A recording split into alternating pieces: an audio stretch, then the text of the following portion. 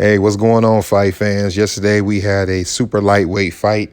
It was Josh Taylor against Apinun Khongsong. Let's talk about it.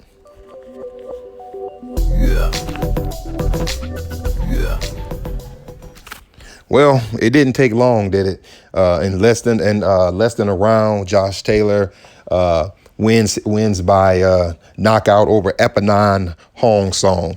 Well, I guess there's not too many pros and cons that we can really go over in this fight, is there? So let's just straight up talk about Josh Taylor. I thought Josh Taylor came out very aggressive. He was pumping that jab, and it was very apparent from the first minute of the fight that Josh Taylor was looking to do some body work.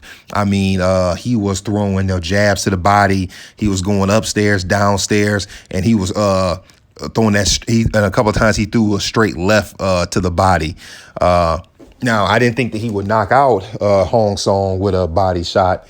But as we see, when we got down to about, 30 seconds of the first round, it actually happened so fast. I actually had to watch it a couple of times. Josh Taylor comes in. It looked to me that he had threw maybe a jab on Khongsong, but it actually was a left right under the elbow, right on the liver. Down he went, and it was apparent that at the 5-6 second count that Apinun was not going to get up. I didn't actually realize that Josh Taylor's hand speed was actually that good, because I'm telling you, that shot was hard to catch. You had to actually watch it in slow motion to see how it landed. I mean, I replayed it back a couple of times, but it wasn't until they put it in slow motion that I saw, what he did. And the weird thing about body shots a lot of times, especially the ones that take guys out, with the exception of Roy Jones smashing Virgil Hill with that thudding body shot, they never seem a lot of times like the guy got hit hard when he went down.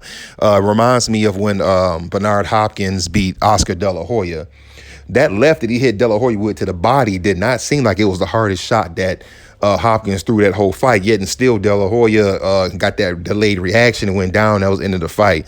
Same thing happened yesterday with Josh Taylor against Khongsong. It didn't look like Josh Taylor hit him that hard with that left to the body, but what I think it was that Khongsong didn't see it coming. And Josh Taylor, because he had just went upstairs and he was coming in at the same time, I think that Khongsong's right elbow was against those ribs, and he was probably getting ready to throw the right hand a millisecond before Josh Taylor hit him. I think that's why we saw about the second and a half delayed reaction, and down he went. But pretty much that was it, So let's move on. Jose Ramirez. It looks like that's what's next for Josh Taylor. Let's see it. I think that would be a good fight.